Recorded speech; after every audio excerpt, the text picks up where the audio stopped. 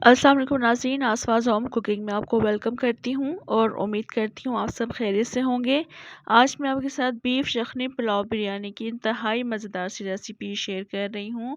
और ये इंतहाई मज़ेदार इसलिए भी है क्योंकि मैंने इसको घर के मसालों से बनाना बताया है। इतनी मज़ेदार रेसिपी है कि आप इसको एक दफ़ा बनाएंगे बार बार इसी तरह से ही बनाना पसंद करेंगे। और बिल्कुल आपको बाज़ार से बिल्कुल पैकेट वाला जो मसाला होता है बिरयानी का, वो ख़रीदने की ज़रूरत पेश नहीं आएगी। तो रेसिपी को आपने मुकम्मल देखना है और रेसिपी अगर आपको अच्छी लगे तो लाइक भी ज़रूर कर दीजिएगा। तो चलें इस मज़ेदार सी रेसिपी को बनाना शुरू करते हैं। सबसे पहले मैं यखनी के लिए मैं जो मसाला ग्राइंड करूँगी उसमें है साबुत धनिया और सौंफ। साबुत धनिया के 3 टेबल स्पून शामिल करेंगे और इसके अलावा सौंफ के भी 3 टेबल स्पून शामिल कर देंगे। इन दोनों को हमने ग्राइंड कर लेना है। मैं हमेशा जब भी यखनी बनाती हूँ तो दोनों चीज़ें मैं ग्राइंड करके ऐड करती हूँ। उसका फ़ायदा ये होता है कि बिल्कुल बारीक ग्राइंड होकर जब ये पुलाव में या यखनी में हम लोग इस्तेमाल करते हैं या बिरयानी में यूज़ करते हैं तो बिल्कुल मुंह में ये चीज़ें नहीं आती हैं। बहुत से लोग क्या करते हैं कि साबुत ही चीज़ें इसमें डाल देते हैं यखनी में, और फिर जब गोश्त के साथ या बिरयानी में हम लोग इसको खाते हैं तो वो मुंह में आती हैं साबुत चीज़ें।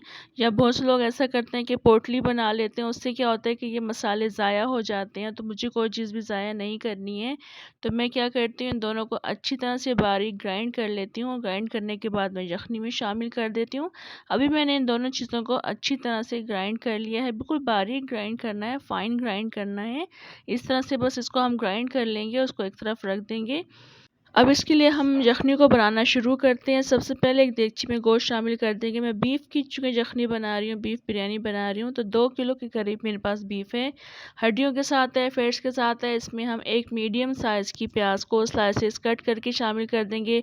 2 टीस्पून इसमें नमक शामिल करेंगे और कुछ साबुत गरम मसाले हैं जिसमें बादियान के फूल टूटे हुए हैं। ये इसको तकरीबन 2 अदद आप ले लीजिएगा। छोटे-छोटे से पीसेस सिनेमन स्टिक्स के आप 2 ले लीजिएगा और 2 बड़ी इलायची ले लीजिएगा। हाफ़ टी स्पून काली मिर्च और हाफ़ टी स्पून लौंग इसमें शामिल करके ऐड कर देंगे।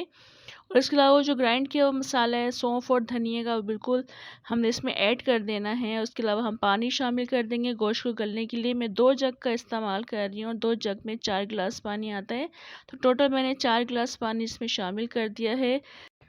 पानी शामिल करने के बाद फ्लेम ऑन कर दिया था मैंने। फ्लेम ऑन कर देंगे, इसको पकने के लिए छोड़ेंगे, मगर उससे पहले हमने अदरक और लहसुन भी शामिल करना है। फिलहाल इसको मिक्स कर देंगे। मिक्स करने के बाद मैंने इसमें अदरक और लहसुन शामिल कर दिया था। 1 टेबल स्पून मैं लहसुन का पेस्ट शामिल कर रही हूँ और 2 टेबल स्पून इसमें अदरक का पेस्ट शामिल कर देंगे, भर के शामिल करेंगे और इसको पकने के लिए छोड़ देंगे तकरीबन 1 डेढ़ घंटे के लिए। कवर करके रख देंगे ताकि गोश्त इसमें अच्छी तरह से गल जाए और उसके बाद हम इसकी कंडीशन आपको दिखाएंगे।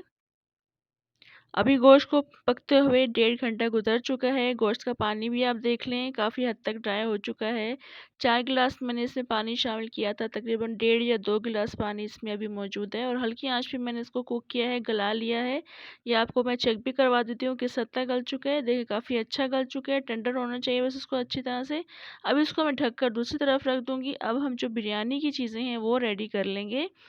एक दूसरे देगचे में मैंने ऑयल शामिल कर दिया। तकरीबन 3/4 कप मैं इसमें ऑयल शामिल करूँगी। आप 1 कप शामिल कर लें या आधा कप भी शामिल कर सकते हैं, आपके ऊपर है।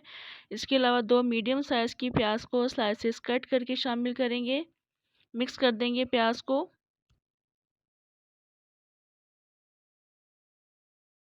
इसके बाद इसमें ज़ीरा शामिल कर देंगे 3 टीस्पून, और मैंने गरम मसाला इसमें शामिल नहीं किया था। अगर आप चाहें तो इसमें तमाम गरम मसाले शामिल कर दीजिएगा। क्योंकि मैंने यखनी में शामिल किए थे इसलिए मैंने यहाँ पर शामिल नहीं किए। आपको ज़्यादा पसंद है तो आप ऐड कर सकते हैं।